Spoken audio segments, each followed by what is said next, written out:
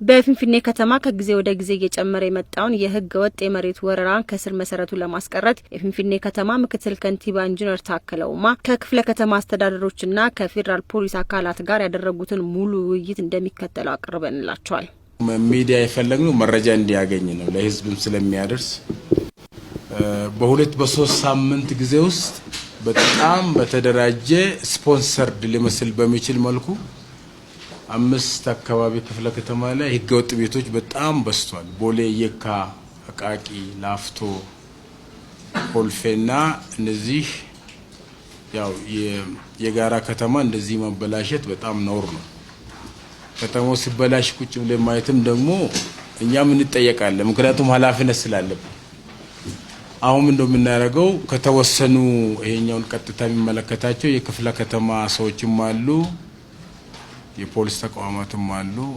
ከነሱ ምን ላይ እንዳሉ ሚዲያም እንዲሰማ እናድርግና እንደ መንግስት የምንከተለው ዳይሬክሽን ምን ሊሆን እንደሚችል ነግራቸዋለሁ። በዛ ደረጃ ብንሄድ ይሻላል ብዬ ነውና ከክፍለ ከተሞቹ የነገሩን ውስብስብነት ብታነሱ ቦሌ፣ ላፍቶ፣ አቃቂ፣ ኮልፌ፣ የካ ብታነሱና ተጨማሪ ነገርም ከፖሊስ ብናገኝ ብዬ ነው።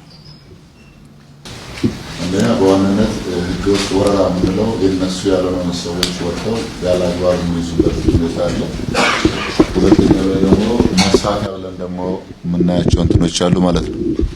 በሶስተኛ ደረጃ ደግሞ ህጋዊ ይዞታ ሆኖ ህገወጥ ተግባራት ደግሞ የሚፈጸምባቸው እንትኖች አሉ። ሶስቱም አይነት የመሬት ወረራዎች በክፍለ ከተማችን ውስጥ ይገኛሉ ማለት ነው። በይበልጥም የችግሩ መንስኤ በዋናነት አንደኛ እንደ ክፍለ ከተማው በዚህ በ20 እና 25 ቀናቶች ባንድ ወር ውስጥ ወደ 2801 ህገወጥ መሬት ወረራ ነበረ በሶስቱ ካታጎሪ ውስጥ ማለት ነው። ሶስቱን አንድ ላይ ደምረን ስናይ ወደ 2801 የመሬት ወረራዎች ነበሩ። ከዚህ ውስጥ ሌሎቹ ተቀልብሰው ኦልሞስት ወደ 537 አሁንም በሂደት ላይ ነው ያሉት ማለት ነው። እነዚህ በሂደት ላይ ያሉት ችግሮች በዋናነት የትልቁ ችግር አንደኛ እነዚህን ችግሮችም ባለፈው 15 ቀን ውስጥ በከተማ ደረጃ ውይይት ተደርጎበት ከእያንዳንዱ ማህበረሰብ ጋር እስከታች ድረስ ህብረተሰብ ተወያይቶበታል። እንደ ህገወጥ ተግባራት ጋር በዚህ ላይ ከተወያየን በኋላ ነው ብዙዎቹ እንዲፈርሱ የተደረገው ማለት ነው። ሞስት ከ2800 አንዱ ሌሎቹ ፈርሰው 537 ብቻ ናቸው የቀሩት አሁን ከረንትሊ ማለት ነው። ከ537 18ቱ ቤተ እምነት ናቸው። የእምነት ተቋማት አሁን ባለንበት ደረጃ ላይ በጣም አሳሳቢ ችግር ላይ ደርሷል። አሳሳቢ ደረጃ ላይ ደርሷል። ሰዎች ማታ ይሰራሉ፣ ጠዋት ፍርድ ቤት እግድ ይመጣል። ልታፈርስ ስትሄድ የፍርድ ቤት እግዱን ነው የሚያሳየው። ቄሶችም ሼኪዎችም የተለያየ እምነት ተቋማት በሙሉ ሰዎች መጥተው ወረራ እስከዛ ድረስ ደረጃ ላይ ተደረሰበት ማለት ነው። በሁለተኛ ደረጃ ላይ ቤቶች አሉ፣ ወደ 386 ቤቶች አሉ፣ መኖሪያ ቤቶች እየተሰሩ አሉ ማለት ነው። ሌሊት ነው የሚሰራው፣ ቤቶቹ ሌሊት ይሰራሉ። መዋቅር አያቸውም። ሰው ቅዳሜና እሁድን ይሰራሉ። ቅዳሜና እሁድን ልክ አንተ ልታፈርስ ስትሄድ ቀድሞ የመገጃ ይወጣል። አሁን ከዚህ ውስጥ ወደ 386ቱ ቤቶቹ ሳይሰሩ እግድ ይወጣና ልታፈርስ ስትሄድ እግዱን ያሳያል እያንዳንዱ ግለሰብ ማለት ነው። በሌለ ነገር ላይ እግድ የሚወጣበት ሁኔታዎች አሉ። ዞሮ ዞሮ አሳሳቢነቱ በጣም ችግር ነው። አንድም መዋቅሩ ላይ ፈርስ ሲሄድ ጩኸት ይበዛል። በዛ ላይ ቆይ በእርጋታ እንይ ብለ ስትሄድ ደግሞ ኢሚዲየትሊ ሰዎች እግድ የሚያመጡበት ሁኔታዎች አሉና ልክ በከተማ ውስጥ ሰዎች እንደተፈናቀሉ አርጎ በክፍለ ከተማ ውስጥ ሰዎች እንደተፈናቀሉ አርጎ እነሱም ህገወጥ ናቸው። ህገወጥ ልታፈርስ ስትሄድ ደግሞ ሰዎችን ሆን ብሎ እንደተፈናቀሉ አርጎ ደግሞ የሚያራግብ ኃይሎች አሉ ማለት ነው። በተለያየ መልኩ ይሄን የሚያራግብ ኃይል አለ። ይሄንን በዚህ መልኩ ጠቅለል አድርገን ስናየው አንድ የፍርድ ቤት ችግር አለ ራሱ ማለት ነው። የፍርድ ቤቱን ጠብቆ በባዶ መሬት ላይ እግድ የሚወጣበት አሁን ወደ 7 ነው 8 እምነት ተቋማት ምንም ሳይሰራ ገና ቤተክርስቲያኑን ኦር የእምነት ተቋሙን እሁድ ሰኞ ሊሰሩት አርብ ዕለት ነው እግድ ይወጣው ማለት ነው። ሰኞ ዕለት ሲሰሩት አንተ ለኛ ልናፈርስ እንደ እግድ ወጥቶበታል። ፍርድ ቤት ክርክር ነው። የእምነት ተቋማትን ደግሞ ለማፍረስ ብዙ ቻሌንጆች አሉ። እነዚህ ላይ ስንል አንድ ከፍርድ ቤት ጋር የተያዘ ቻሌንጅ የሆኑብን ነገሮች እግዶች ፍርድ ቤቶቹን እግድ ጥሰን ለማፍረስ የሚገዱ ነገሮች ስላሉ እዚህ ላይ ትልቅ ችግር አለ የሚል ነገር ነው። ሁለተኛ ላይ ህዝቡ ጋር ያለ ግንዛቤ ነው። አሁንም ቢሆን ማለት ነው እንደ ህብረተሰቡ ልዩ ትርፍ እንደሚያገኝ አድርገው የሚሰርዳ የመሬት ደላላዎች አሉ። በተለይም በዚህ በአንድ ወር ውስጥ ጫፍ የወጡ ነገር ግን በየጊዜው እየገመገምን እያየን ከመዋቅር ጋር እየተወያየን ያለንበት ሁኔታ ቢኖርም ህብረተሰቡ ማውን ያወቃቸው ማለት ነው። ደላላ በየቦታው አንድም የታችኛው መዋቅር አፉን አፍኖ በዚህ በኩል መዋቅራቸውንም አንዳንድ ቦታዎች ላይ እጅ ያለበት ሁኔታ አለ ማለት ነው። እኛ መዋቅር ታችኛው መዋቅር ራሱ እጅ ያለባቸው ቦታዎች አሉ ማለት ነው። ሲወረር ሆን ብሎ ድንጋይ ሲወርድ የሚታይበት ቦታ ከዛ በኋላ ሊያፈርስ ሲሄድ አልፎ የሚደራደርበት ሁኔታዎች አሉ ማለት ነው። ከዚህ አንፃር እርምጃ ወሰንባቸው ሁኔታዎች አሉ። ሰራተኞችም ጭምር የቢሮ ሰራተኞችም ጭምር ይሄንን ሲያደርጉ አይተን እርምጃ ወሰንባቸው ሰራተኞችም እንዳሉና ዞሮ አሁን ባለንበት ነባራዊ ሁኔታ እንደ ክፍለ ከተማው ወደ 537 ማፍረስ የማንችል ምክንያቱም የፍርድ ቤት እግዱ ስላለ፣ ሁለተኛ ግማሹ የእምነት ተቋማት ስለሆነ፣ ሶስተኛ ላይ ትልልቅ ግንባታዎች ባይዜ የ2011ን ብቻ ነው እየገለጽኩ ያለሁት። ከዛ በፊት ያሉ ህገወጥ ግንባታዎች በጣም ሺዎች አሉ ማለት ነው። እነዚህ ስላሉ እንደ ክፍለ ከተማው በየጊዜው እየተገመገመ ግብረ አፍራሽ ግብረ ኃይል አለ። በክፍለ ከተማ ፖሊስ ያለበት ፌደራል ፖሊስና እኛም ባለንበት እና የወረዳ መዋቅር ባለበት በየጊዜው እየተገመገመ እርምጃ እየወሰነ ነገር ግን ችግር የሆነበርና አሁንም አሳሳቢ ነው ብለን ችግር ነው ብዬ የማየው ነገር ህብረተሰቡ እዚህ ላይ እርምት ካልወሰደ ግንዛቤ እየሰጠ ነው ካለን በእምነት ተሳቦ መሬት እየተወረረ ነው። ይሄንን የሚቀሰቅሱ አካላቶች አሉ ማለት ነው። በየቦታው የሚሰራ ስራ ስላለ እዚህ ላይ የከተማው እገዛ ያስፈልገናል። የተለያየ አካላት እገዛ ያስፈልጋል። የህግ አካላትም እገዛም ስለሚያስፈልጋል በዚህ ላይ ትኩረት የሚያስፈልግ ነገር ነው። የመዋቅሩን ኦልሬዲ እርምጃ እየወሰን ነው። እኛ መነሳት ያለበት መዋቅር እያነሳን ነው። እሱ ላይ የማንም እንትና ያስፈልግም። እኛ በክፍለ ከተማው ደረጃ በወረዳ ደረጃ መለየት ያለበት ነገር እየለየን ከፖሊስና ከጸጥታ አካላት ከሌሎች ጸጥታ አካላት ጋር ደንቦች ጋር እየሰራን ያለነው ሁኔታዎች ስላሉ አንድ ይሄ ነው በይበልጥ ሊያዝ የሚገባና ሊተኮርበት የሚገባ የሚለውን ነገር ነው። በይበልጥ ግን እኔ አሁንም ወደፊትም ስጋት ነው ብዬ የማስበው ነገር ሁሉም ቤተ እምነት ተዘጋጅቷል። አሁን የሰሩት 18 ናቸው። አንድ ወረዳ ላይ 8 ቤተ እምነት የተሰራለ አንድ ወረዳ ላይ ብቻ ማለት ነው። ሲቀጥል ሌሎቹም በዛው ልክ ሊያስፋፉ የሚፈልጉ ስላሉ ትኩረት ተሰጥቶበት የእምነት ተቋማቶች ፎረም መጥቶ አንድ ላይ ተወያይተን በጋራ ወደዛ እንትን ተግባር ካልተገባ በስተቀር ለከተማውም ስጋት ነው ለሀገሪቱም ስጋት ነው የሚል እምነት አለኝ። ሌላውን ያው ግንዛቤ እየሰጡ መሄድ ነው የሚያስፈልገው የሚለውን ነገር ነው እንደ ሀሳብ ማቀርብ እንደ ቦሌ ኦኬ። እንደ ላፍቶ ክፍለ ከተማ እጅጉን በጣም አሳሳቢ የሆነ ህገወጥ ነው ያለው። በተለይ ባለፈው ጊዜ ከ9-8 ወር አካባቢ ወደ 1482 ቤቶች ህገወጥ የሆኑ ሰው የሌለባቸውን ለይተን በግብረ ኃይሉ እንዲፈርስ ተደርጓል። በመሃል ላይ የአፍሪካ ህብረት ስብሰባ ስለነበረ በዛ መሃል ያቆምነው ነገር አለ። ነገር ግን ከዛም ጊዜ ጀምሮ በሁለት ነገር ነው እየተወረረ ያለው። አንደኛ ከውጪ ያለው ፈንድ የሚያደርግ ማለት በትክክል የሚገልጸው እኛ ጋር 1482 የፈረሰበት ቦታ ላይ መልሶ በሳምንት ውስጥ ነው መልሶ የወረሩት። ስለዚህ ከዚህ አንፃር ሲታይ ደሃ ነው ቤት ያጣ ወይም ደግሞ ከመቀነቱ ሲቸገር ቤት አጥቶ ነው የሰራው ለማለት አያስደፍርም ማለት ነው። ምክንያቱም በተጨባጭ ሁኔታ ደሃ አንድ ከፈረሰበት ዳግም መልሶ ቤቱን የሚሰራበት አጋጣሚ ስለሌለው ስለዚህ ከደሃ ጋር በፍጹም አይገናኝም። ከህብረተሰብ ጋር ውይይትም ስናደርግ ህብረተሰቡ ስጋት አለው። አሁን በምንለው ደረጃ አይደለም እንኳን አጋልጦ ሊሰጥ ህብረተሰቡ እዛ አካባቢ ያለው በተለይ 4 ወረዳ ላይ ያሉት እንኳን እነሱን አጋልጦ ለመስጠት ያለ ስብሰባ ላይ ስለ ህገወጡን ለመናገር እንፈራለን ነው የሚሉት። ለብቻ ነው የምናገር ምክንያቱም ማታ ሊያጠቁን ስለሚችሉ እነሱ ከኛ አቅም በላይ ስለሆኑ ስለ ህገወጡ እኛ እናነሳም ነው እያሉ ያሉት በትክክል ማለት ነው። ኢቭን ባለፈው በተደረገው ከቀጠና እስከ ክፍለ ከተማ በተደረገው ውይይት ላይ ህዝቡ ሲያነሳ የነበረው ምንድነው አንደኛ ህገወጦችም ከለላ አላቸው። አንደኛ የማወቅር አለበት በትክክለኛም የምናውቀው እርምጃ የተወሰደባቸውም አሉ። በሌላ መከል ደግሞ እኛም የማናውቀው ተደራጅቶ የሚሰሩ መሳሪያ ጭምር ያላቸው አሉ ነው የሚሉት። ለህይወታችን ስለምንሰጋ ስለዚህ ጉዳይ ላይ እንደውም እያሉ ያሉት ምንድነው ከዚህ ከህገ ወጥ ውስጥ አውጡንና እኛ የሆነ ቦታ ውሰዱን እንጂ መኖር አንችልም ብሎ በትክክል ያነሳሉ ማለት ነው።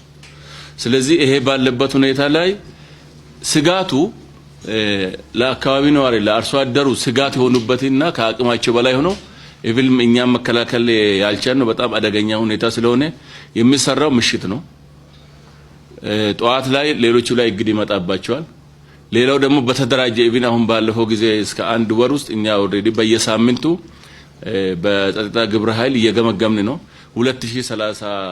2335 ቤቶች ተለይተዋል። አሁን እነዚህ ቤቶች ከአራቱ ወረዳዎች በጂአይኤስ ተለቅሞ ፖዚሽናቸው ታውቆ ሰው የሌለበት ሰው ያለበት ከነ ማቴሪያላቸውም ጭምር ተለይተዋል። ይሄ ሲናረግ ግን አንድ ወረዳ ላይ በጣም አሁን ሰሞኑን የገጠመን ፖሊሶችም ጭምር ሄዶ ተደራጅቶ በተለይ ሚዲያ ሄዶ አካባቢውን ካየ በኋላ አይ ሊታፈርሱን ነው ሰምተናልና ከዚህ በኋላ ውጡ ተብሎም ተባረው የወጡበት አለ ማለት ነው። ምክንያቱም አንወጣም ካሉ የሰው ነፍስ ሊጠፋ ነው። ዞሮ ዞሮ ሌላ ቦታ ላይ እንዲሰሩ እዛ አካባቢ ላይ ግን በተደራጀ ሁኔታ በተጠና ሁኔታ እገዛና ህዝብም አውቆት መንግስትም አውቆት ካልሆነ በስተቀር አሁን በተደራጀ ሁኔታ ችግር ሊፈጠር ይችላል የሚል እንትን ስላለን እሱ ነው ከፍተኛ እንትን ያለው። የኛ ላፍቶ ክፍለ ከተማ ደግሞ ልዩ የሚያደርገው በ2008 የፈረሱ ቤቶች አሉ። እነዚህ የፈረሱ ቤቶች መልሶ ነው ኢቭን ከኛ በፊት ነው መልሶ የተገነቡት። እነዚህ ቤቶች ላይ ፖሊሶቹም ሌላ የአስተዳደር አካልም አይገባባቸውም ነበር ከዛ በፊት። ምክንያቱም ባለፈው ጊዜ በተደረገው እንትን የሰብአዊ መብት ተፈጥሯል ተብሎ በዛ ሴንስ ፖሊስም እዛ አካባቢ ስጋት ስላለው አይገባም። እዛ አካባቢ ያለው ደግሞ ምን እንዳለም ስለማይታወቅ ሌላ ጸጥታ ችግርና የሰው ህይወት ሊጠፋ ስለሚችል አጠቃላይ በተደራጀ ሁኔታ መንግስት በጥናት እስኪመልስ ድረስ እነዚህ ቦታዎች እንዳይጨምሩ ከመጠበቅ ውጪ ተብሎም ለነሱ የተተወ ቦታ ነበርና እሱም በጣም አደገኛ ነበር ማለት ነው። መጨረሻ ላይ ቢያንስ በዚህ ሁኔታ የምንቀጥል ከሆነ እንዳሳደርም እንደ የህግ በላይነትም ጥሰት ሊገጥመን ስለሚችል ተብሎ ከፖሊስ ጋር ተመካክረን አሁን የገባንበት ሁኔታ አለ። እዛ አካባቢ ግን ሬጂስተር አናደርግም። 4 የተለዩ ቦታዎች አሉ። እነዚህ 4 የተለዩ ቦታ በ2008 ዓመተ ምህረት የፈረሱ ቦታዎችና እንደገና መልሶ እንትን የተባሉ ቦታዎች ናቸው። ጥያቄያችን መንግስት ጋር ነው ያለው። መንግስት መልስ እስኪሰጠን ድረስ ይሄንን ቦታ ድረስ ኦልሞስት በደብዳቤም ጭምር እየጠየቅን ባለንበት ሰዓት ሊመዘገብ አይችልም። የሚመዘገበው አካል ከኛ ጋር ነው፣ ኮሚቴ ያላቸው ከኛ ጋር ሆኖ ነው መመዝገብ ያለበት ስለተባለ ያ ዲሌኔት ተደርጎ የተቀመጠ ስለሆነ እሱም ለሌሎቹ ህገወጦችን እንዲሰሩ እንትን ሆኖባቸውና መልስ ማግኘት ያለበት ነገር ስላለ እሱ ጋር በጣም አደገኛ ሁኔታ ነው ያለው። ስለዚህ አሁን ባለው ሁኔታ እኛ ጋር የገጠመ ምንድነው በዛ በኩል ኦሮሚያ ክልል አለ ሰበታ ሌሎች ሄዶ ሊመዘግቡ ሲሉ እኛ ሰበታ ነን። ከሰበታ ሲመጡ ደግሞ እኛ አዲስ አበባ ነን ብሎ እዚህ መሀከል ላይም ደግሞ ትልቅ እንትን አለ። ስለዚህ እዚህ አካባቢ ቅንጅት ያስፈልጋል ማለት ነው። ልክ የአዲስ አበባ በተለይ ዙሪያ አካባቢ ያለው የኦሮሚያ ልዩ ዞን አስተዳደር ጋር በተደራጀ ሁኔታ ለወደፊትም በተደራጀ ሁኔታ ካልተሰራ በስተቀር በተናጣል የምንሰራቸው በተለይ ህገወጡ ላይ እኛም ህገወጡን መከላከል ስለማይቻል ይሄ አጽንኦት መሰጠት አለበት። አሁን ችግር የሆነ ያለው ህገወጡ ሲሰራ ጠይቆ አይደለም የሚሰራው፣ አስፈቅዶ አይደለም የሚሰራው። እኛ ግን ህገወጥ ቤት የተሰራውን ለማፍረስ ስንል ደግሞ አላስፈቀዳችሁም እንደዚህ አይነት ዜጋ ውጪ መጣል የለበትም ብሎ ከኋላ የሚሉት ዜጋው እዛ ውስጥ ያለው ሰው ሳይሆን ቤቶቹ ውስጥ ያሉት አሁን ስንመዘግባቸው ከየት መጣችሁ ተብሎ ሲጠየቁ ከየት እንደመጡ አይታወቁም። ራሳቸው የኛ ነው አይሉ አይ እኛ ተከራይተን ነው ወይም ደግሞ ለጥበቃ ገብተን ነው እያሉ ያሉት። ስለዚህ ቤቱን እየሰራ ያለው የተቸገረ ደሃው ቤቱን ፈላጊ ሳይሆን ሌላ አካል ቦታውን እያስወረረ ማለት ነው። ወይ ለፖለቲካ ፍጆታው ወይም ደግሞ ለቢዝነስ ነው ማለት ነው። ስለዚህ ይሄ ባለበት ሁኔታ ሁሉም በጅምላ አይ ይሄ ደሃን የማፈናቀል ነው፣ ይሄ ደሃን የመግፋት ነው ተብሎ በጅምላ ሊፈረጅ አይችልም። ስለዚህ ተለይቶ ችግር ያለበት ከሆነ መንግስት የሚያውን ነገር ማስቀመጥ አለበት። እነዚህ ደግሞ አካላቶቹን ደግሞ የህግ በላይነት መታወቅ ስላለበት እኔ በዚህ አጋጣሚ በዚህ ደረጃ ካልታየ በስተቀርና ሁሉም አካል አውቆት በጋራ ርብርብ የምንከላከል ካልሆነ በስተቀር ኢቭን በከተማ አስተዳደሩን ብቻ በክፍለ ከተማን ብቻ የምንከላከል አይደለም። ምክንያቱም ተሻጋሪ እንትኖች ስላሉ እሱም በጋራ የምንመራበት አጋጣሚ ካልተቀመጠ በስተቀር ተሻጋሪ ስለመሆን ጊዜ የሚሰጠው ጉዳይ አይደለም ማለት ነው። ሰው ህይወት ሊጠፋ ይችላል። አሁን በተለይ ሚዲያ ወርዶ እንትን ካለ በኋላ እያንዳንዱ በገጀራም በምንም ተዘጋጅቷል። ኦልሞስት በአሰሳ የደረስንበት ስላለ አስቸጋሪ ሊሆን ስለሚችል ከዚህ ደረጃ መንግስትም ህዝብም አንድ ላይ ሆኖ ህገወጡን ካልተከላከለ በስተቀር ኢቭን ለነዋሪም እዛ አካባቢ ለነዋሪም ስጋት ነው። እንኳን ለመንግስት ለነዋሪም ስጋት ነው። ህግ በላይ መከበር ስላለበት በዚያ ቢታይ ጥሩ ነው የሚለው ነገር እይታለኝ። አመሰግናለሁ። እንደ አቃቂ ቃሊቲ ክፍለ ከተማ በመሬት ወረራ በብዛት ትንሽ የታየባቸው ወረዳዎች 2 ወረዳዎች ናቸው። ወረዳ 5 እና ወረዳ 12። ከዚህ ውስጥ ወረዳ 5 ላይ ያለ ወደ 33 ቤቶች ለመቀልበስ ተችሏል። ወረዳ 12 ላይ ከላፍቶ ንፋስ ስልክ ክፍለ ከተማ አዋሳኝ ወረዳ ነው። ወደ 437 ህገወጥ ግንባታ በሸራም በቆርቆሮም የተገነባበት የተሰራበት ሁኔታ ነበር። ከዛ ውስጥ ከ437 ወደ ታህሳስ ወር አካባቢ ላይ 223 ቤት 38 ቤት በዛ ወቅት ላይ ሲቀረን ሌላውን ለማጽዳት ሞክረናል። ይሄ ህገወጥ ወረራ የተካሄደበት መሬት ወደ 6.5 ሄክታር መንግስት ባንክ ውስጥ የገባ መሬት ነው። ይህን ስራ ከመስራታችን በፊት ከማህበረሰቡ ጋር በየደረጃው ለማወያየትና ግንዛቤ ለመፍጠር ተሞክሯል። በደረጃ ከማህበረሰቡ ጋር ባደረግነው ውይይት ላይ ከጀርባ ያሉ በርካታ ደላሎችና ባለሀብቶችም ጭምር ይህን የመሬት ወረራ እንደሚያካሂዱ ለመገንዘብ ሞክረናል። ሸራ ውስጥና ቆርቆሮ ውስጥ እንኳን ተሰርቶ እዛ ውስጥ የሚኖሩ አካላቶች የማን እንደሆነ እንኳን የማያውቁበት አግባብ እንዳለ ለመረዳት ችለናል። ይሄ መሬት የህዝብም የመንግስት ሀብት መሆኑንና በየደረጃው በክፍለ ከተማ ያለው አመራር አጀንዳ አድርጎ እየገመገመ እያገዘ ወረራውን ለመታደግ የሄድንበት ርቀት በርካታ ቢሆንም በተለይ አሁን ላይ ወረዳ 12 ከላፍቶ ክፍለ ከተማ ዋሳኝ ያለ ጨሪ አካባቢ ላይ ያለው 437 ቤት የተጸዳበት አሁን ላይ ወደ 223 ቤት ተመልሶ ተሰርቶበታል ማለት ነው። ስለዚህ ይሄን የመሬት ወረራ ለመታደግ ማህበረሰቡም መንግስትም በየደረጃው በቅንጅት መስራትና ማህበረሰቡ ደግሞ ግንዛቤ በየደረጃ እየተሰጠው ሀብቱ የህዝቡም የመንግስቱም ነውና በጋራ መታደግ ያስፈልጋል ማለት ነው። ከዚህ ባሻገር በተለይ ደግሞ የሃይማኖት ተቋማት እንደኛ ክፍለ ከተማ 4 ወረዳ ላይ ወረዳ 1፣ ወረዳ 8፣ ወረዳ 11 እና ወረዳ 13 መሬት የተወረረበት አግባብ ነው ያለው። ይሄንንም በየደረጃው ከሃይማኖት አመራሮችና ከክፍለ ከተማ የሃይማኖት ምክር ቤት ጋር ከማህበረሰቡ ጋር ለመወያየት ሞክረናል። የሃይማኖት ተቋማት ሞዴል ሆነው ህገወጥን ከመታደግና ጥያቄያቸውን በህግ አግባብ እንዲጠይቁም ከማድረግ አንጻር በርካታ መድረኮች ፈጥረን መነጋገር መወያየት የቻልንበት አግባብ ቢኖርም ወረራው ግን መታደግ አልቻልንም ማለት ነው። እዛ ወረራው ላይ ወረራ ከማድረግ ባሻገር ያንን ወረራ ለመቀልበስ የመንግስት አካል ተደራጅቶ እንኳን በሚሄድበት አግባብ ሁከት የሚነሳበትና ወደ ብጥብጥ የሚኬድበት ሁኔታ የተፈጠረበት ሂደት ነው ያለው። ሌላው መሬት መውረር ብቻ ሳይሆን ከግለሰቦች ላይ ቤት እየገዙ እያስፋፉ በየወረዳው በየሰፈሩ የሃይማኖት ተቋማትን የማስፋፋት ታቦት ወርዷል፣ ጸበል ፈልቋል በሚል አግባብ ተቋማቶችን የማስፋፋት ሂደት ነው የሚታየው።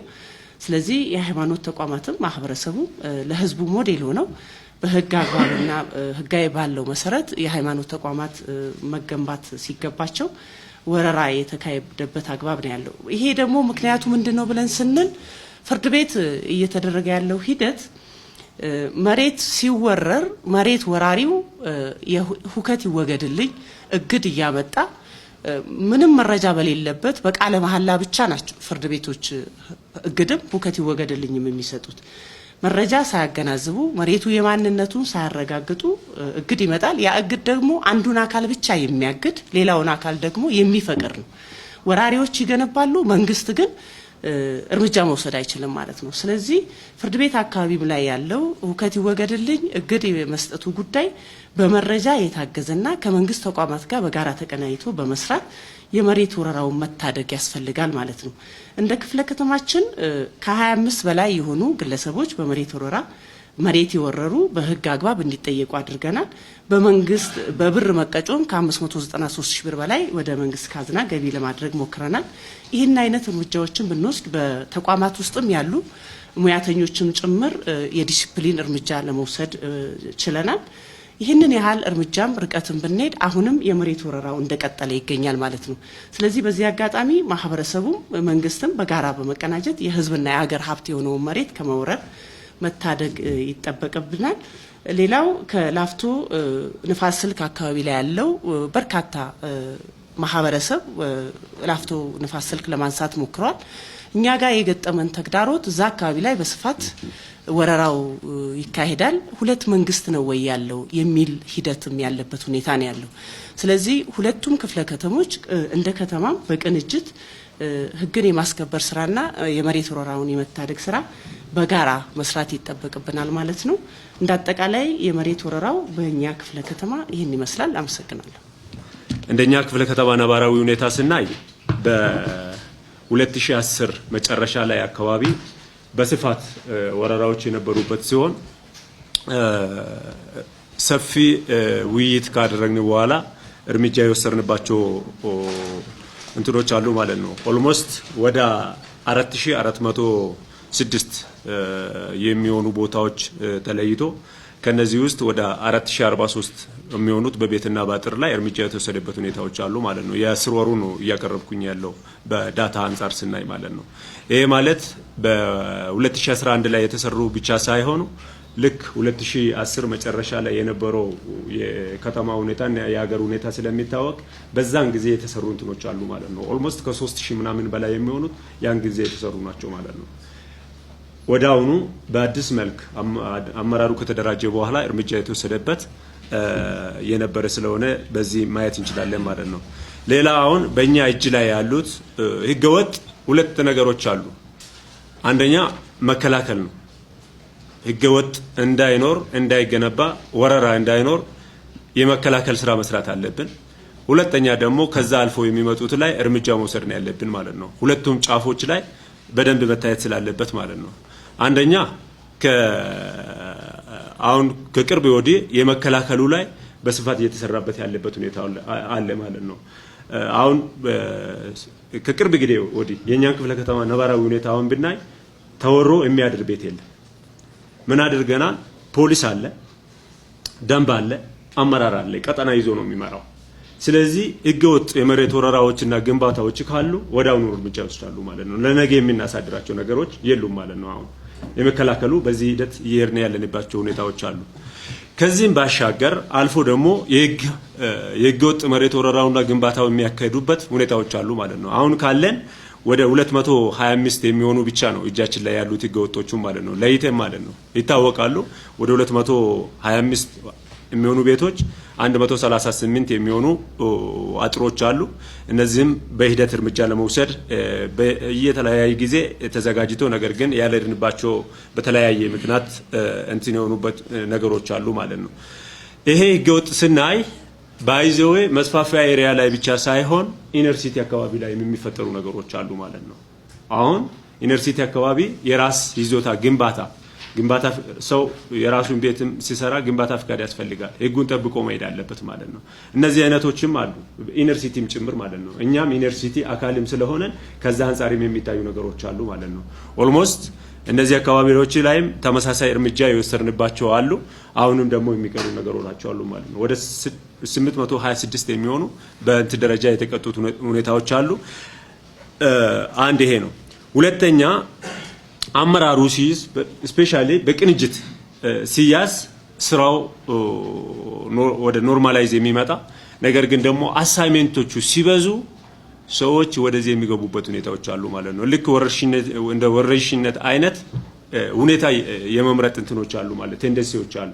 መንግስት ቢዚ ሲሆን የተለያዩ አጀንዳዎች ይዞ ሲንቀሳቀስ ያቺ አዝማሚያ የምትታይበት ሁኔታዎች አሉ።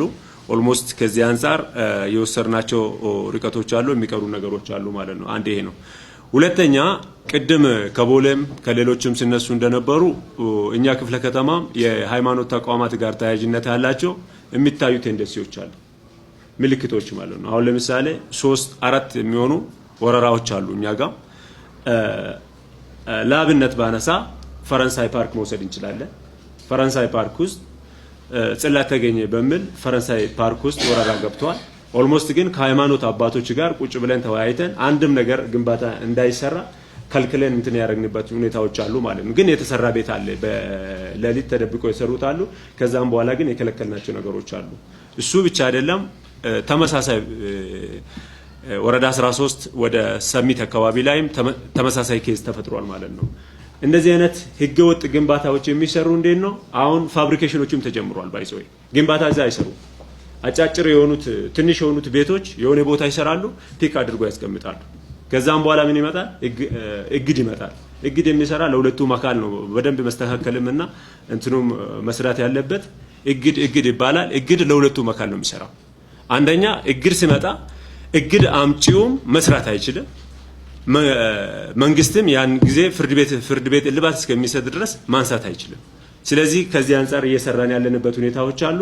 አሁን እንደዛ አይነት አለ። አሁን ለምሳሌ ወረዳ 14 ላይ አንድ ቤተክርስቲያን እግድ አምጥታለች እንዳትሰራ ፖሊስ ጭምር ማለት ነው ለሌት እዛ ቁጭ ብሎ የሚጠብቅበት ሁኔታዎች አሉ ማለት ነው፣ መከላከል ስላለብን ማለት ነው። ከዚህ አንፃር እንደዚህ አይነት ሁኔታዎች ያሉበት ሁኔታዎች አሉ ማለት ነው።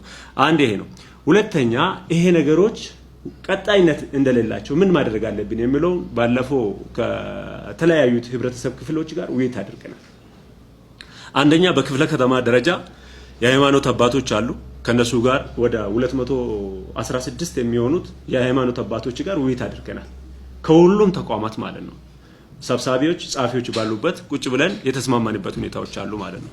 አንደኛ ህብረተሰቡ ሃይማኖት አባቶች ስፔሻሊ የስነ ምግባር ላይ ትውልዱን ከማነጽ በስተጀርባ ትልቅ ስራ እንዳለባቸው፣ ሁለተኛ ይሄንን ምእመናኑ እንትን የሚያደርጉት እነሱ ስለሆኑት እዛ አካባቢ ላይ ራሳቸው እንዲቆጠቡ ፕላስ ደግሞ ሌሎችንም ማስተማር እንዳለባቸው የተግባባንበት ፖይንቶች አሉ ማለት ነው። አንድ ይሄ ነው። ሁለተኛ ተጽዕኖ ፈጣሪዎች የምንላቸው ከህብረተሰብ ክፍልም ተመሳሳይ ውይይቶችን አድርገናል ማለት ነው በክፍለ ከተማ ደረጃ። በዛ ብቻ አይደለም፣ ታች ወረዳ ቀጠናዎች ላይ ተመሳሳይ ውይይቶችን አድርገናል ማለት ነው። የጋራ ያደረግንባቸው ነገሮች አሉ። ነገር ግን ለፖለቲካ ፍጆታ የሚጠቀሙት ኃይሎች ደግሞ በስተጀርባ ያሉበት ሁኔታዎች ቅድም ሲባል እንደነበረ የደላላዎች የተለያዩ ማህበረሰቡ ሚስ ቺፍ አድርጎ የሚገቡበት ሁኔታዎች ደግሞ አሉ። ኦልሞስት በዚህ የተግባባን ፖይንቶች አሉ። ለእርምጃ እኛ ኦልሞስት እየወሰድን ያለንበት ሁኔታዎች አሉ። ለዚህ ህብረተሰቡ ጋርም የጋራ አድርገናል። የሚታዩት እንትኖች በዚህ መታየት አለበት ማለት ነው። ሌላ በዚህ ድርጊት ውስጥ ስፔሻሊ ደንብ አካባቢው ላይ ብንወስድ እጅ አለበት ማለት ነው። ገምግመን እርምጃ መወሰድንባቸው አሉ። አፍርሰን የሌላ ክፍለ ከተማ ለምሳሌ እንትኖች አሉ፣ ትስስሮች አሉ። ባይዘው ፍራንክሊ ነው እዚህ ጋር መታወቅም ያለበት ማለት ነው። ደንቦች ጭምር ቤቱ ሲፈርስ የኔ ነው ብሎ ይመጣል፣ አመራርም ጭምር ማለት ነው።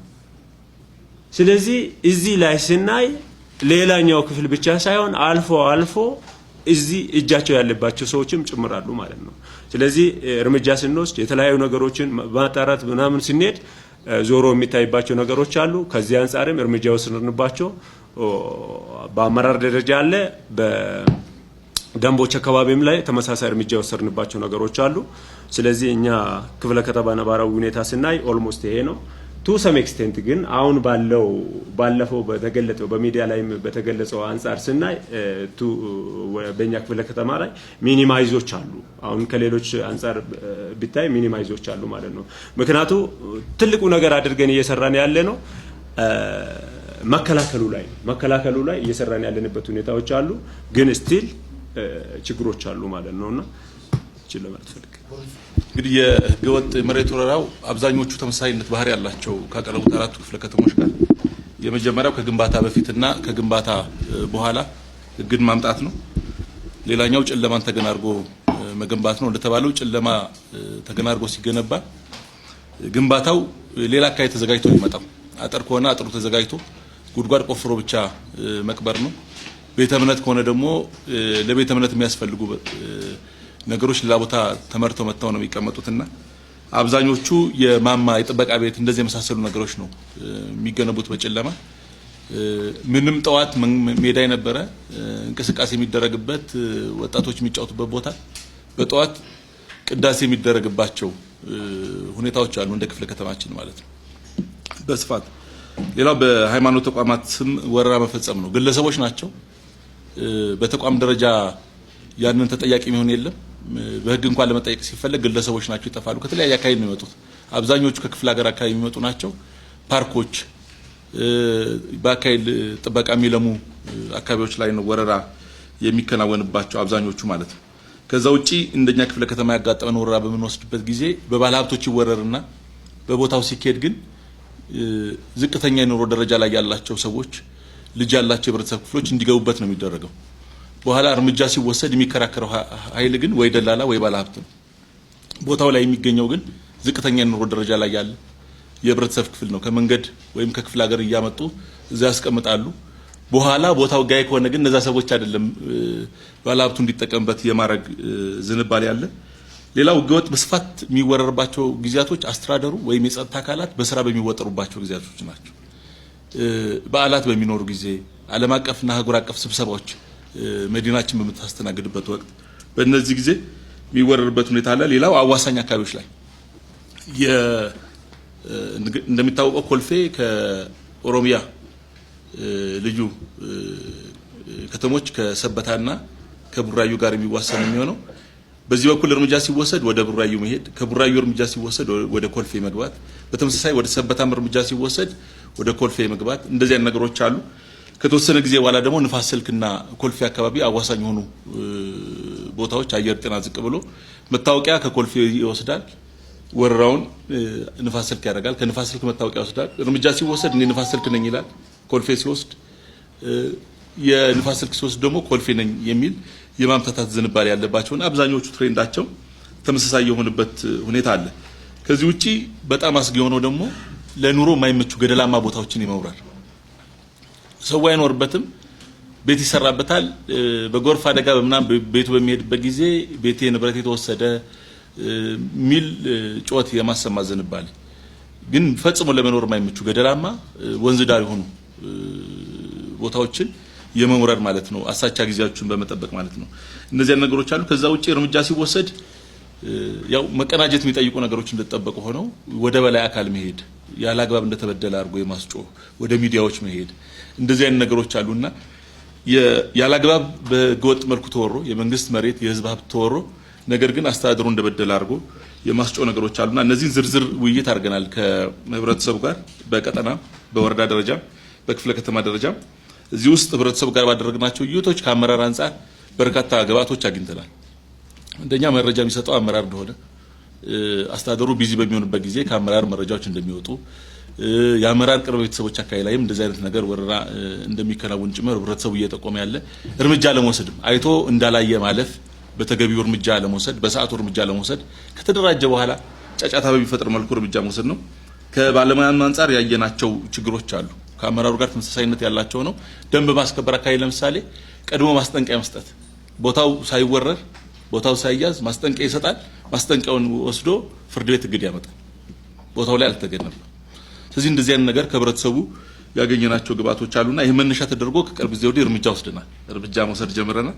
እዚህን ነገር አጠናክረን መቀጠል ይጠበቃልና አብዛኛው የሚወረረው የህዝብ የመንግስት ሀብት የሆኑ መሬቶች ናቸው። ኢቭን አንዳንድ አካባቢ ላይ ለመንግስት ፕሮጀክቶች የተያዙ መሬቶችም ጭምር ይወረራሉ። ለሆስፒታል፣ ለጤና ጣቢያ ግንባታ፣ ለትምህርት ቤት እንደዚህም ጭምር የሚወረሩበት ሁኔታ አለና በተቀናጀ መልኩ ይህን ውስን የሆነውን የህዝብ ሀብት መጠበቅ መቻል አለብን የሚል ነው እንደ ክፍለ ከተማ የተግባባ ነው። በተለይ ካሉት መሰረታዊ 10 የሚባሉ ወንጀሎች ባሻገር የከተማው ስጋት ነው ብለን ያነሳ ነው የዚህ ህገወጥ የመሬት ወረራ ጋር ተያይዘው ያሉ ጉዳዮች ናቸው። ለዚህ እሱ ጋር ያየነው አቶ ዮሐንስን ባለበት በጋራ ስንገመግም አሁን የሚነሱ ክፍለ ከተማዎች አካባቢ በየቀኑ እየተገነቡ ያሉ ቤቶች አሉ። እነዚህ ከሚፈጸሙ የወንጀል ድርጊቶች ጋር በአንድም በሌላ መንገድ ተያያዥ ማንነታቸው የማይታወቁ ሰዎች ለቁጥጥርም ለክትትልም የፖሊስ መዋቅራችን ተቸግረናል ብሎ ብዙ ጊዜ ያነሳል። ያው እርምጃ ወሳሰዱ ላይ በኋላ ክቡር ከንቲባ በሚያስቀምጡት መንገድ ፖሊስ የሚጠበቅበትን ኃላፊነት ለመውሰድ ለማገዝ እዚህ አካባቢ ያለው ነገር በጋራ ለመስራት ሬዲ ነን። ምክንያቱም እዚህ አካባቢ ከተማው መሀል የሚፈጠረው ወንጀሎች በተለያየ መንገድ እሱን ለመከላከል ከምንሰራው ስራዎች አንዱ አጋዥ ነው ብለን ነው። ስለዚህ ባለፈው የንቅናቄም ስራ አንዱ የትኩረት አቅጣጫ ያው ማጠቃለያ ገምግሞ ቀጣይ ወደ እርምጃ ይወሰዳል በሚል በአቶ ተስፋዬ በተቀመጠው አቅጣጫ መሰረት እስከ ቀጠናው ውይይት ያወረድነው አንዱም በየጊዜው የላስኪት ቤቶች እነዚህ በየጊዜው እየተገነቡ በተለይ ደግሞ የሚገነቡባቸው ሰዓት ሌሊት መሆኑ ስለዚህ ወንጀለኞችም አንዳንድ ጊዜ እዛ ማን እንደሚኖርም ስለማይታወቅ የወንጀል ስጋቶችም ጭምር እየሆኑ ነው በሚል ያነሳሉ። በእርግጥ በየጊዜው የሚወሰዱ ሜጀሮችም ከኛ ጋር እየተናበቡ አሁን ኮልፌ ትናንትም ጭምር እርምጃ ሲወስዱ ነበር በላስኪት ቤቶች አካባቢ። ስለዚህ መከላከሉ ላይ ቁጥር 1 ስራ እንስራ። ሁለተኛ የግንዛቤ ማስጨበጥ ስራ ህዝቡም እንዲያግዘን ለዚህ በሚፈጠሩ አሁን ባለፈው 9 ወር 12326 አካባቢ ነው ከወንጀሎች የተመዘገቡት።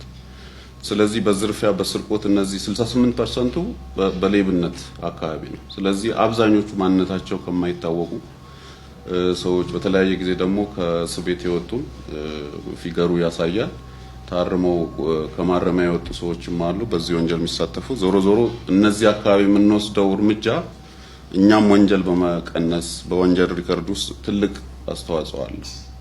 ስለዚህ አሁን በየቀኑ እየጨመረ ነው። አክቹዋል ፊገሩ አሁን የሚነሳው ፊገር ነው ወይ የሚለው ነገር ዳውት አለኝ። ትንሽ የተገመገመ ነው። ሪሰንት መረጃ በተገቢው ምናልባት ስብሰባው ገምግመን ብንመጣ እኛም ጋር ያሉ መረጃዎች በተደራጀ መንገድ ማቅረብ ይቻላል። ግን ከዚህ በላይ ይሰፋል የሚል ሐሳብ አለኝ። የሚያሳዩት በየጊዜው የሚመጡት መረጃዎች ኦቨርናይት እየተሰራ ነው። የሃይማኖት ተቋማትም አካባቢ ያለው ነገር ዝንባሌ ጥሩ አይደለም። በመስጊድና ቤተክርስቲያኖች በውስጥ ያለው የመሳሳቡ እንዳለ ሆኖ የግንባታ ቦታ ያላግባብ የሚያዝ ፍላጎት አለ። ህገወጥ በሆነ መንገድ ተቋማት የሃይማኖት ተቋማት በህገ መንግስቱ እንግዲህ የአምልኮም የሌላም ለመካነ መቃብርም ለሌሎች አገልግሎት የሚውሉ ቦታዎች በህጉ መሰረት እየተፈቀደ ባለበት ህገወጥ በሆነ መንገድ የመውሰድ የመውረር አዝማሚያዎች አሉ። ስለዚህ አንዱ እሱ አካባቢም ከሃይማኖት ተቋማት ጋር ተቀናይተን መስራት አለብን የሚል ምዕመናኑን በተገቢ ማስገንዘብ አለብን የሚል ሐሳብ ነው ያለኝ። ከዛ ውጭ ፍርድ ቤቶችም አካባቢ ያለው ነገር የቅንጅት ስራ ይጠይቃል። ህጋዊ ይዞታ ለሌላቸው ሰዎች ኦቨርናይት በማታ ህገወጥ በሆነ መንገድ ህገወጥ ግንባታ ገንብተው ሲያበቁ የይዞታ ማረጋገጫና ሌሎች ተያያዥ ሰነዶች በሌለበት ሁኔታ እግድ ማውጣቱ በራሱ ትክክል አይደለም የሚል ሐሳብ አለኝ። ስለዚህ ፍርድ ቤቶችም ጋር እዚህ አካባቢ በመናደርገው የህገወጥ የመሬት ወረራና ከተማውን ገጽታ የሚያበላሹ ለሌሎችም ከተማውን ለወንጀል ድርጊቶችም ምቹ ሁኔታ የሚፈጥሩ ጉዳዮችን በማገዝ ረገድ ፍርድ ቤቶችም ሚናቸውን መጫወት አለባቸው የሚል ነገር ነው ያለኝ። ከዛ ውጪ ህብረተሰቡም አካባቢ እስከ ቀጠና ውይይት አድርገናል። ህዝቡም ከጎናችን ሆኖ እነዚህ አካባቢ ያለው ህገወጥ ጦር መሳሪያ ሌሎች ላይ እርምጃ እየወሰደ ነው። የመከላከሉም የዲተራንሱም በየጊዜው የሚደረጉ ስራዎች አሉ። ግን እዚህ አካባቢ አሁንም እኔ ጥሩ ሰዓት ነው የሚል ነገር አለኝ በግሌ። ግን ደግሞ ተቀናይቶ የመሬት ልማቱም ከኛ ጋር ተቀናይቶ እዚህ አካባቢ ያለው ነገር ለመከላከል በመንሰራው ላይ ትንሽ መቀራረብ ያስፈልጋል የሚል ነገር አለኝ። ብዙ ባለፈው በማጠቃለያ ተገምግሞ የፖለቲካ ስራ ከተሰራ በኋላ እርምጃ ለመውሰድ አቅጣጫ እናስቀምጣለን። እስከዛው ግን የመከላከሉ ስራ ላይ ፎከስ እናድርግ በሚል የተቀመጠ ነገር ነው። ስለዚህ እኔ አጠቃላይ ነገር ዛሬ ክቡር ከንቲባ ባስቀመጡት አቅጣጫ መሰረት በእኛ ደረጃ ፖሊስ የሚጠበቅበትን ያው ለኛም አጋዥ ስለሚሆን በሌላ መንገድ ደግሞ የወንጀል ድርጊቶችን መቀነስ ስለሚያስፈልግ እዚህ አካባቢ ያለውን ስራ ለማገዝ በእኛ ደረጃ ሁሌም ያነሳል የፖሊስ መዋቅሩ ተጨማሪ ስጋት እየሆነ ነው። እዚህ አካባቢ እንታገዝ እንነጋገር የሚል ነገር ስላለ እነዚህ ስጋቶች በደንብ ማስወገድ አለብን የሚል ነው።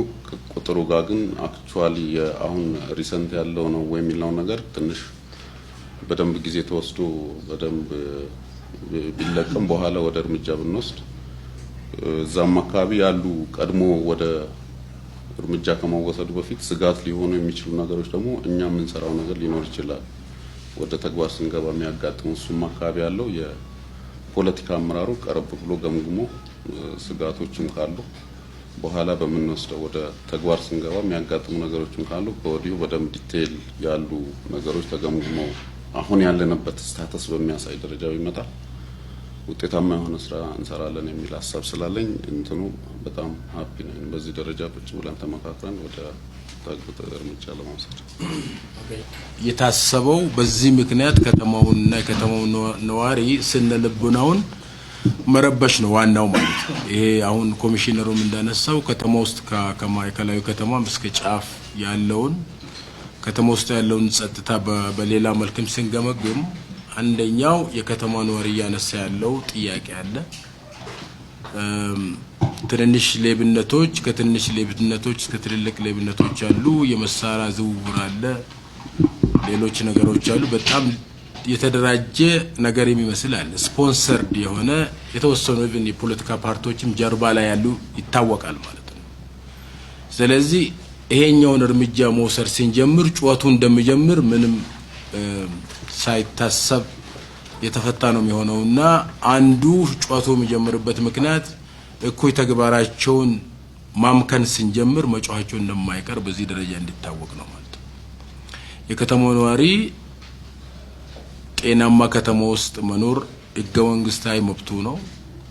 እዚህ የተቀመጠን ሰዎች ደግሞ ያንን የማስከበር የመጠበቅ ታሪካዊ ኃላፊነትም ጭምር አለብን።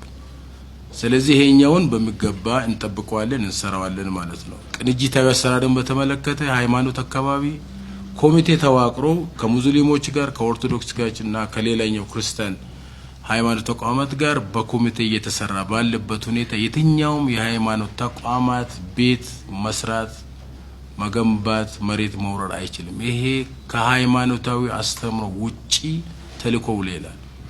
በዚህ ደረጃ የተሳተፈ የትኛውም ሃይማኖት ትክክለኛ አይሆንም ማለት ነው። ስለዚህ መንግስት እርምጃ ይወስዳል፣ እናፈርሳለን ማለት ነው። ከሃይማኖት ኃላፊዎች ጋርም ተነጋግረናል። ኮሚቴዎች እየሰሩ ነው ያሉት። የሚገባቸው ይሰጣቸዋል፣ የማይገባቸው ደግሞ አያገኙም። ይሄ ትክክለኛ የመንግስት ውሳኔ። ከፍርድ ቤት ጋርም መነጋገር ጀመረናል። ፍርድ ቤት ምንም መረጃ በሌለበት እገዳ መጣል አይችልም። ምክንያቱም ይሄ የሀገር ሀብት ነው። በሀገር ሀብት ላይ ማንም ሰው ሄዶ በትውውቅ በኔትወርክ ህገወጥን ህጋዊ ለማድረግ በሚሰራበት ሰዓት ህጋዊ በማስመሰል የሚሰራው ስራ በየትኛው አካሄድ ስህተት ነው የሚሆነውና በዚህ ደረጃ መንግስት ተደራጅቷል። የጸጥታ ተቋማት ደንብ ማስከበር የከተማ ፖሊስ የከተማ ፖለቲካ አመራሩ ክፍለ ከተማ ላይ ያለው ወረዳ ያለው በተቀናጀ መልኩ ስራ አስፈጻሚ ይመራዋል። ይሄንን ስራ የጸጥታ ተቋማት ከዚህ ስል ተደራጅተው ይሰራሉ። ከከተማ አቅም በላይ ከሆነ ፌደራል ፖሊስ እንዲገባ እናደርጋለን። ከከተማ አቅም በላይ ነው ብዬ አላስብም። ምክንያቱም ራሱ የከተማ አመራር እጁ ያለበት ፈጻሚ እጁ ያለበት በትንሹም በትልቁም የሚታወቅ ስራ ስለሆነ ከከተማ አቅም በላይ ነው ብዬ አላስብም። እንደዛም ሆኖ ግን ከከተማ አቅም በላይ የሚሆን ከሆነ እስከ ፖሊስ ከፌደራል ፖሊስ ድረስ እንሄዳለን። ከዛ በላይ መሄድ እንችላለን ማለት ነውና ከተማውን የማስወረር ታሪካዊ ጥቁር ነገር ጽፈን አናልፍ። ይሄኛውን ከተማውን የማስወረር ስፖንሰርድ የሆነ በጣም የተደራጀ ተቋም አለ።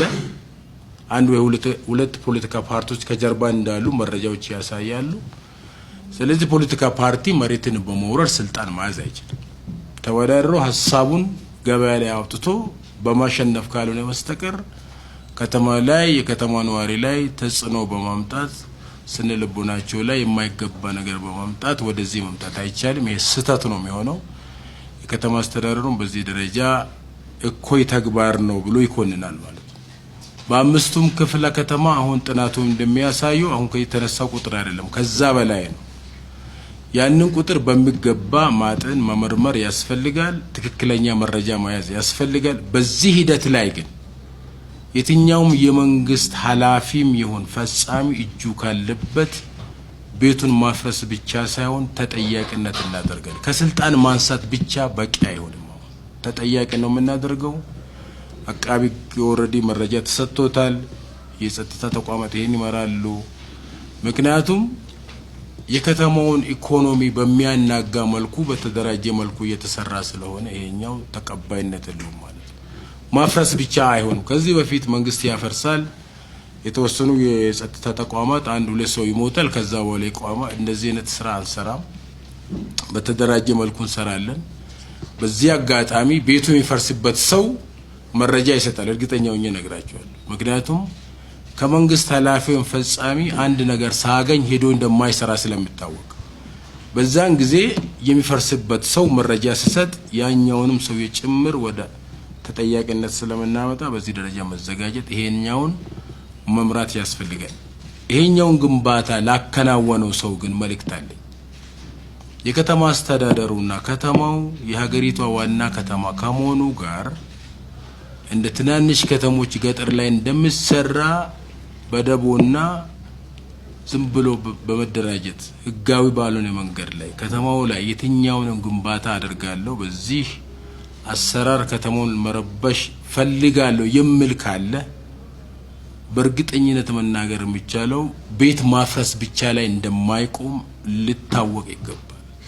ቤት ማፍረስ አጥር ማፍረስ ብቻ ላይ እንዳልሆነ ተጠያቂነትም ጭምር እንዳለው መታወቅ አለበት። በዚህ ደረጃ ማንኛውም ሰው እጁ ያለበት ሰው ከዚህ እንደማያመልጥ ይሄኛውም በተደራጀ መልኩ በፌደራል ደረጃም ተይዟል። ይሄ አጀንዳ በከተማ ደረጃም ተይዟል። እንመራዋለን ማለት ነው። ይሄኛውን በበላይነት ከንቲባ ጽሕፈት ቤት ይመራዋል። በስራ አስፈጻሚ ደረጃ ስራ አስፈጻሚዎች ይመሩታል። የአስፈጻሚ አካላት የጸጥታ ተቋማት ሁሉ በዚህ ውስጥ ይሳተፋሉ ማለት ነው። ምክንያቱም ይሄንን ከተማ የመጠበቅ ታሪካዊ ኃላፊነትም አለብን፣ ደሙም ህጋዊ ኃላፊነትም አለን።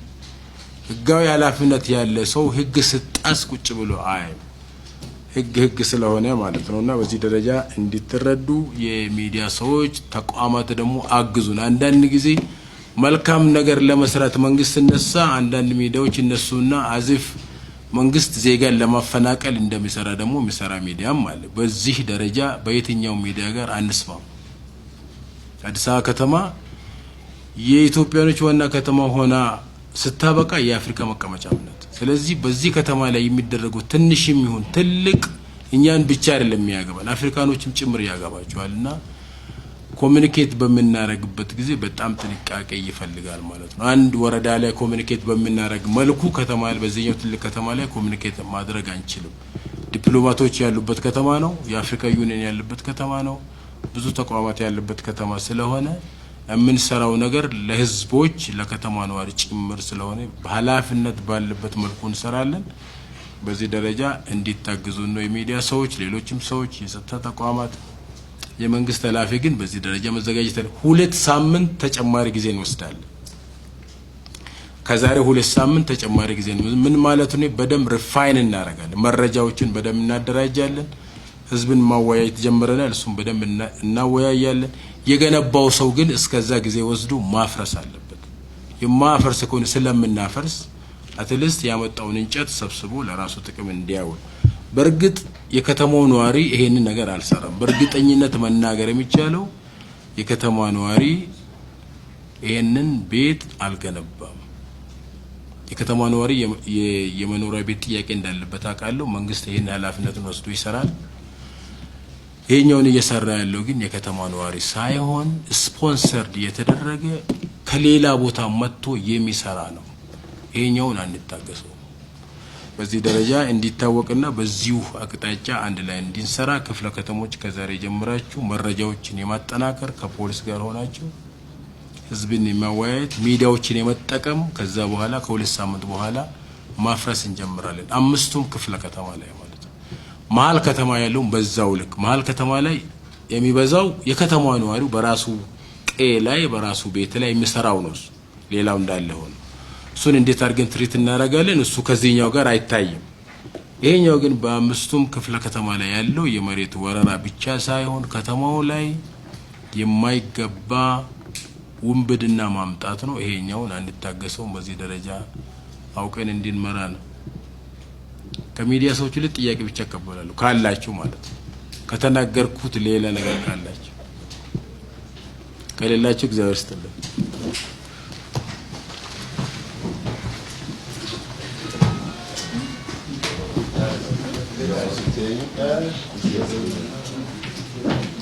Thank you.